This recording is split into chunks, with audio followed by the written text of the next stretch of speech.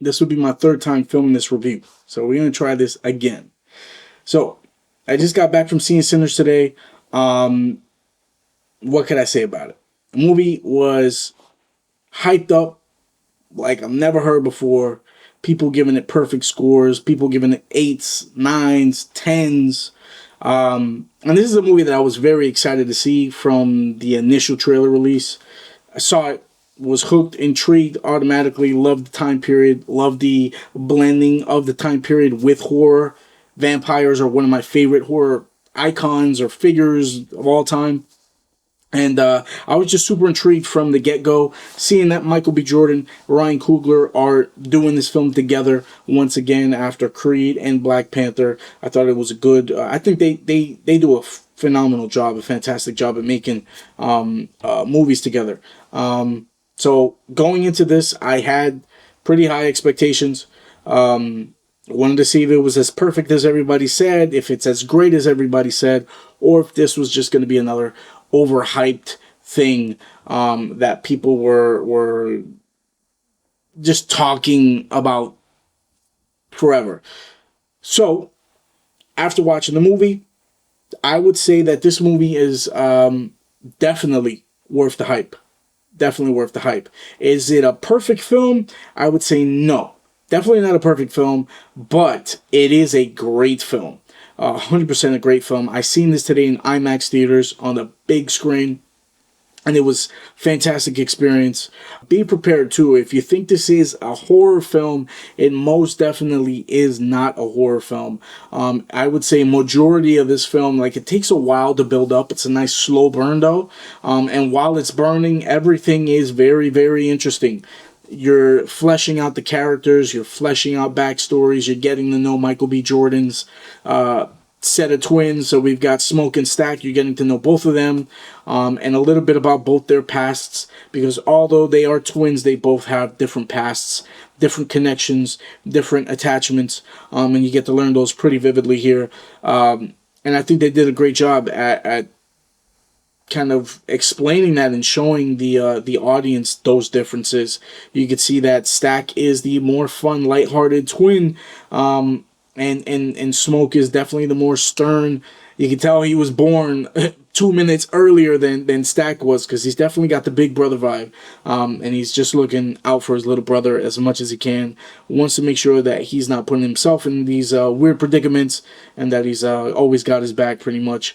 But they trying to make it out of this life of crime that they've been living for quite some time. So the story goes, they moved to Chicago to work for Al Capone, and they kind of got sick of the world over there, so they decided to come back down to their hometown in Mississippi and build a juke joint. What a juke joint is basically a club. They're trying to open up a club so they could play blues music, make some money, and, live their life crime-free. And in the midst of doing that, they run into some pretty diabolical bullshit, which you'll see in the movie. But as you already know in the trailers, it's a vampire movie, right? So in the midst of this story playing out, you're getting used to all these characters. You're getting to know the characters. You're getting attached to some of the characters. I would say personally, Smoke's story resonated with me more, because being a father, there is some subject matter that him and his love interest discuss, which revolve around children. And I felt that was a very emotionally tying aspect to the story. So it made me care about Smoke automatically. And then Stack's such a likable dude that because Smoke's looking after him, you want to make sure that he's looked after too. So you connect to the two main leads automatically, and you also connect to their love interests and the side characters, their little cousin Sammy. So right off in the beginning of the movie, they do tell you and develop the idea that music is integral to the narrative, and in the way that it's integral is people were born with the ability to make music, and some people make music so well that they have healing elements, and I'm not talking like physical healing, but more spiritual healing. And then the elements or the that's the pro of having that ability. But the con to having that ability is that in playing this kind of music, you can attract evil entities, demons, spirits, monsters, stuff like that.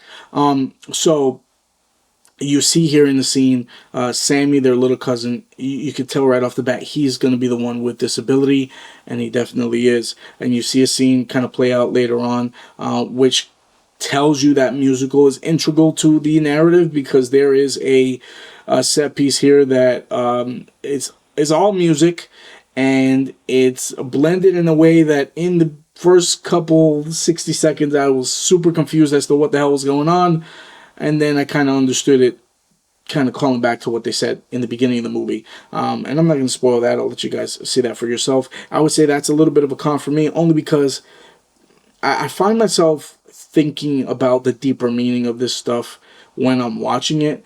And it felt like it didn't have a much deeper meaning, but the film was trying to tell you that it did. I still don't fully understand it. I see what they were going for, but to me, I don't think it was executed as clearly as they would like. But I would say out of all the musical elements in the movie, most of it works. 95% of it works. The musical kind of in sync with the story, and those elements were really cool. I think they used it in really good areas and moments. It worked for me, but just that one scene, it took me a while to figure out and get it. I was like, what the fuck is going on here? But once I got it, understood it, moved on. I would say all the side characters are great. Delroy, is it Lito or something like that? I'll put him here. He's a fantastic actor, bro. In every single scene that I've seen him in any movie that he's in, he kills it. He acts perfectly. It makes you feel his emotion. There's a scene here where he's recounting and telling a story of his past experience, and they do play with the audio so you can kind of hear what he's speaking about, so you can do a better job at visualizing what he's talking about. But his performance was super solid there. And another emotional element, there's multiple emotional moments here with the characters, and that speaks to the writing, it speaks to the acting, it speaks to the directing as well. If you don't have all of those firing on all cylinders, then you're not going to get emotionally connected to these characters. And in this film, they did a fantastic job at doing that. But one other con that I had is with another character individually, made one of the stupidest choices that you could have made in film history.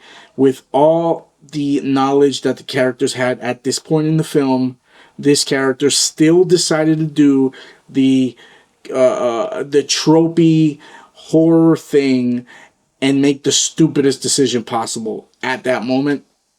That pissed me off. I literally groaned in the movie theater. I was like, oh, Jesus Christ, no way she just did that. That character, just stupid decision made. And they were strong up until that point. But I would say those were my only two cons. I feel like all the acting was on point. The directing, the cinematography was on point. The vampires themselves, the vampires were creepy. The way they portrayed the vampires were very creepy. They got little light glowing eyes, and some of them, it could be red, it could be yellow, but there was a glow to their eyes. And there's specifically a scene with the main vampire. I would say there's a group of vampires and one of our side characters, and they're trying to basically convince them to join this vampire, group or whatever. But the way it's filmed is fantastic. He films it in a way where you never see their eyes, so they're kind of top lit, where their eyes are always in shadow. You can see their mouths moving, you can see their hands, and you can see their long nails or whatnot. But their eyes are always hidden up until the point that they're revealed to be vampires to this particular character. I thought that was filmed great.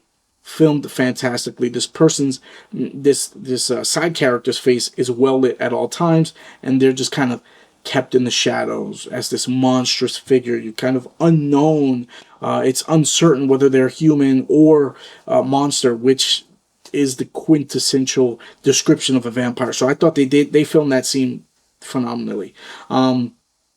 And yeah, man, just the lore of the vampires was great too. The having to be invited in, I always find to be a fascinating aspect of a vampire. It's kind of you choosing to get f***ed, basically, at the end of the day. You're choosing to get f***ed with if you invite these creatures in, and they freely give you the choice, and they do their best to manipulate you, but at the end of the day, it is your choice to kind of go through with it. So I think that's always an interesting aspect as well.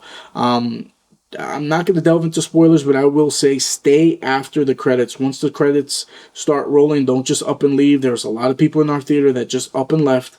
There is sort of a not mid-credit scene, but kind of an epilogue of a scene, and it's a nice little nugget, stamp at the end of the film there. That's really just going to flesh out the film even more.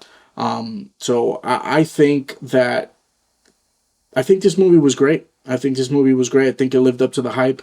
I think it is definitely more proof that Ryan Coogler and Michael B. Jordan are just a magic money team.